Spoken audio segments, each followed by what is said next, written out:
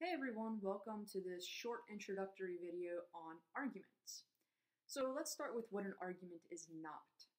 An argument is not what you have with your parents. An argument is not the fight you had with your siblings yesterday. The argument isn't the spat you got into with your spouse if you're married. What is an argument? Well, it's an academic tool we use, but don't let that scare you. We use arguments all the time. I guarantee you've already made several arguments today. Perhaps where you want to go out to eat. Maybe what to watch on television. Maybe you had to advise a friend who's having relationship issues. Basically, in those instances, you provided reasons to support what you believe. That's all an argument is. It's that simple. An argument attempts to prove or support a claim or conclusion. We'll get to that in a second.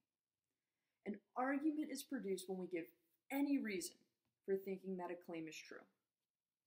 See, that's not so bad. Now, what is the structure of an argument? We're going to get a little more academic about it now. An argument has two key pieces. The first is the premise or premises.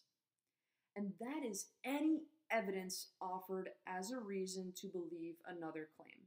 So this evidence could be facts, it could be well-founded opinions, it could be literally any reason to believe something else is true, okay?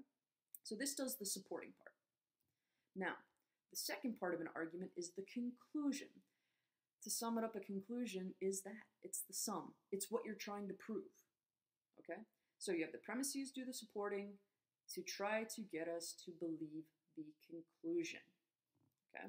So that said, an argument can only have one conclusion, but you can have as many premises as you need in order to get to that conclusion, all right?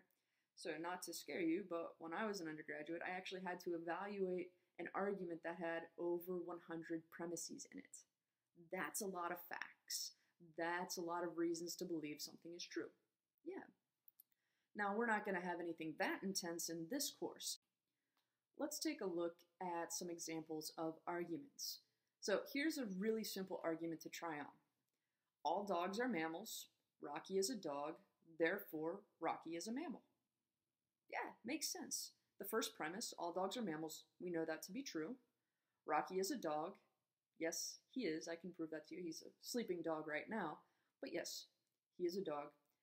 Therefore, if those two premises are true, then the conclusion that Rocky is a mammal naturally and logically follows, and it is also true. So if the premises are true, then the conclusion is true. This is simple deductive logic, okay? Now let's look at a bad example. All dogs are mammals.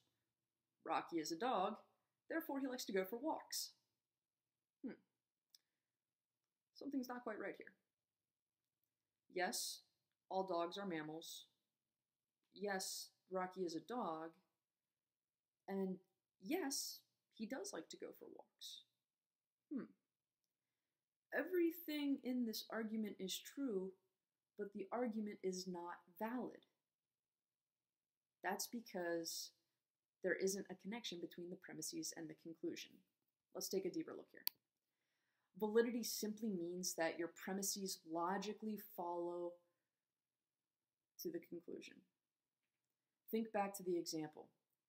There's nothing at all related between mammals and enjoying walks. So even though everything's true, it's still not a good argument because they're not related, okay? So validity is very important because in order to have good arguments, we need both the premises to be true, which will lead to a true conclusion, and we need it to logically flow. That's the validity part. Let's take a look at another bad argument. All right, this one's a little bit funny, so hang in there. Was George W. Bush a good president? Heck yeah, he was great. If you don't know that, your parents must be brother and sister. All right. Now, we've all heard outrageous statements like that. And on the surface, it actually looks like there's an argument here. The conclusion would be that George Bush was a good president. And the reason for believing that is that it apparently is so self-evident that if we don't recognize this, then we're clearly the product of an incestuous relationship. I highly doubt any of us here are the product of an incestuous relationship. Okay. Jokes aside, these types of bad arguments work all the time. But they're bad arguments because whether or not you're the product of an incestuous relationship has absolutely nothing to do with whether George W. Bush was a good president. That's obvious. But when somebody says something outlandish, like your parents must be brother and sister, we immediately get defensive. Well, no, my parents weren't brother and sister. No, not at all. Of course I'm going to agree with you because I'm not the product of incest, therefore I can't disagree with you. So these arguments are backhanded ways to get us to agree with someone else. We're not going to study fallacies in this class. Fallacies are simply errors in logic. The argument that we just talked about is a fallacy. It looks like an argument, but it's based on bad reasoning. So, as we're moving through this course, you're going to be looking at some very controversial issues. Don't get sidelined by outlandish claims like, if you don't know that, you're an idiot.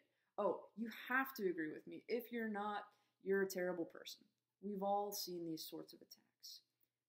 In this course, we're looking at the evidence. We want true facts, well-established opinions, and moral premises that we are going to use to arrive at well-justified conclusions.